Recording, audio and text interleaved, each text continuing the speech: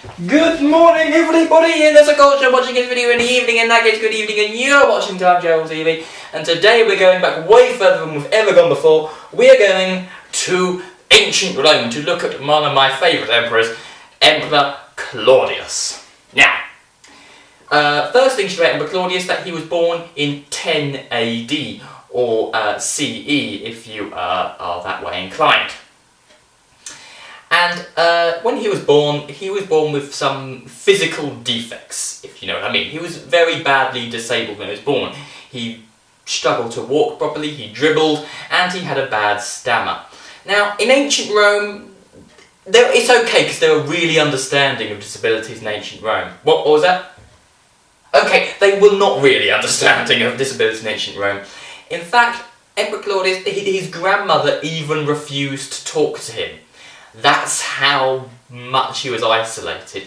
When he walked into dinner parties, people would shout at him and throw food at him. For fun. They were really nasty to him. But, to be honest, he was the lucky one. Because most people who are born disabled in ancient Rome weren't born into royal families, and therefore were just killed. And as far as the Romans were concerned, they were doing them a favour, because the Romans were really understanding people. Not at all. Anyway, so what happened is that Emperor Claudius was basically excluded from any public duties, even though he was a very royal person, a member of the Julio-Claudian dynasty. And the emperor that came before him was his nephew, a chap called Caligula, who's a name that you might well know. Anyway, what happened was Caligula was probably the most understanding person towards him because he made him a close advisor. And this is the first time that Claudius ever really had anybody do anything nice to him. Anyway, this was probably not a nice thing that Caligula was doing. On the one hand, he probably did it because he wanted to keep his enemies close, because he saw Claudius as a threat. And on the other hand, Caligula was really mad. So he thought, why don't I put a person there which nobody likes? Because literally nobody liked Claudius because he was, well, as I say, disabled. And people didn't like disabled people in ancient Rome. So what happened is that for the first time, Claudius had a bit of responsibility. He was, as I already said, he was Caligula's uncle. We'll come to that in a minute. Anyway, Caligula was such a great emperor. Actually, he wasn't a good emperor at all. He was a terrible emperor. He was probably the second worst emperor ever, second only to a person we'll talk about in a minute.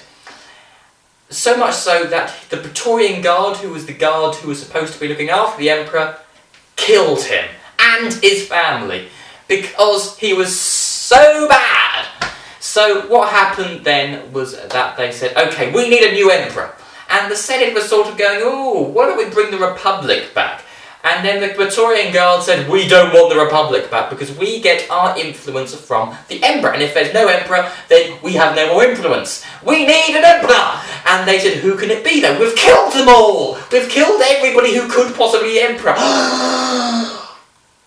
That sickly one, they said. What about Claudius? So they said, I've got a great idea.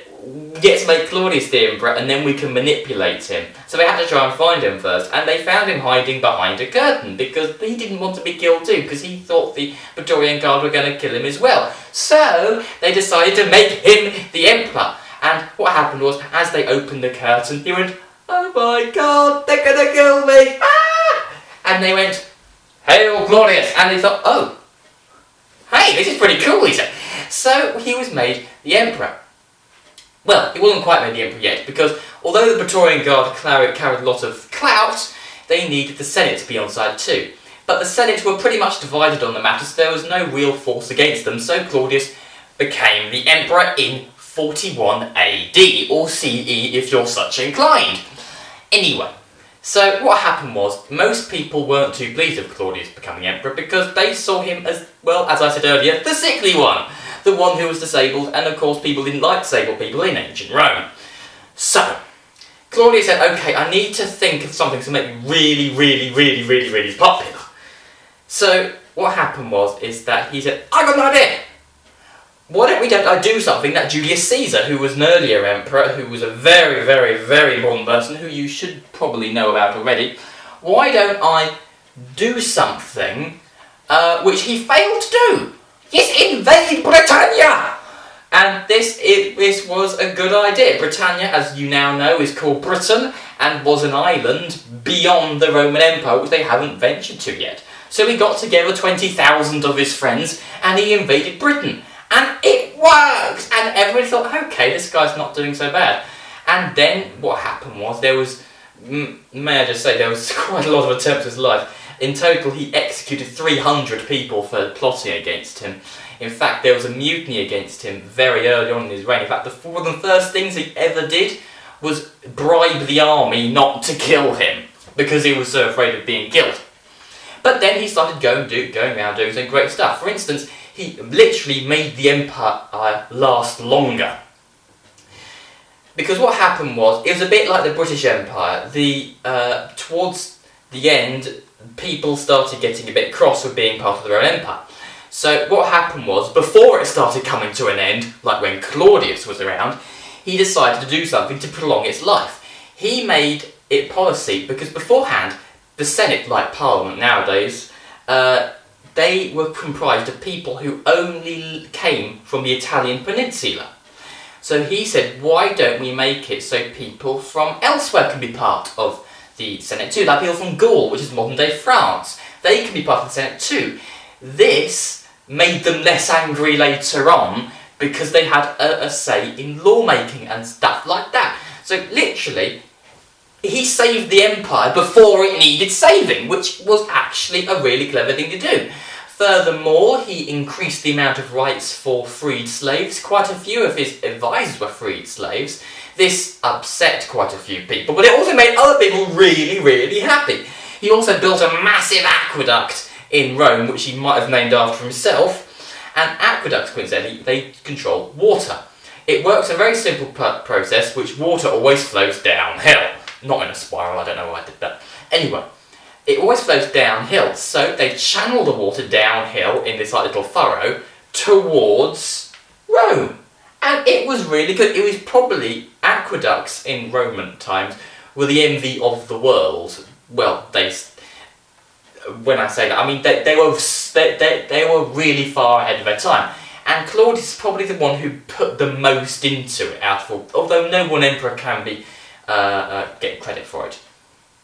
He made an aqueduct, and it was probably the biggest aqueduct, and it was really good. It was the most significant one. And the thing is, that aqueduct, although it sounds really simple, it's actually really complicated, because think, water flows downhill, so you make a little gutter that goes downhill. It's not as simple as that, because think, the ground doesn't go like that, it goes like that, doesn't it? So they had to make it fairly level, because you can't have it going like that and like that, and it can't be like a log flume. It's got to be fairly even. So it's, to be honest, it's a lot more difficult than it sounds to build an aqueduct. Furthermore, a bit of legislation that he brought in, that Claudius brought in, it was illegal to kill a slave for no reason, because beforehand people would just come home and go, oh, I've had such a bad day, where's that slave? Die! So he said, that makes me feel so much better now. Anyway, you can't kill a slave for no more reason anymore under Claudius, because Claudius, like that, didn't like people killing slaves for no reason. One is because it's just bad economics. Why do you kill something you've paid money for? And secondly, it's just not really nice. Nowadays you would think that's mandatory, but back then it really wasn't. But nowadays would think that's obvious, but back then it really just wasn't obvious, because people would not like us nowadays. You've got to remember that. Anyway, so Claudius was doing some really great stuff. Then he started doing some bad stuff. For instance, his wife was about as promiscuous as, well, the most promiscuous person in the world. She seemed to be sleeping with everybody except her husband, which was Claudius. In fact, she had a bet with a prostitute saying who can sleep with the most men in one day, and she won. So what happened was he decided to get rid of her and marry somebody else, which just happened to be Caligula's sister, which coincidentally he was also Caligula's uncle, so it's a little bit...